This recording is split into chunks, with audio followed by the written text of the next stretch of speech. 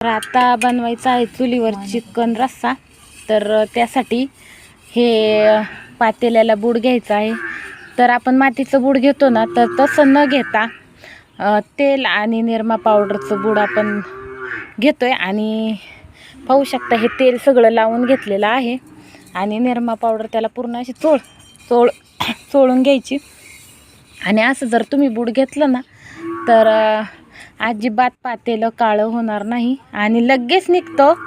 आणि आपण थोडंसं घासणी फिरवली का ते लगेच निघून जातं आणि पुन्हा चांगलं आपल्याला पातेला पाहिजे तसं भेटतं. चुलीवर जर पातेलं ठेवायचं असेल तर ही ट्रिक तुम्ही नक्की वापरा. तर चला, या पद्धतीने बूड घेऊन झालेला आहे. अशा पद्धतीने चुलीवर पातेलं ठेवायचं. अजून टाइम आहे, पातेलं जळणार नाही आणि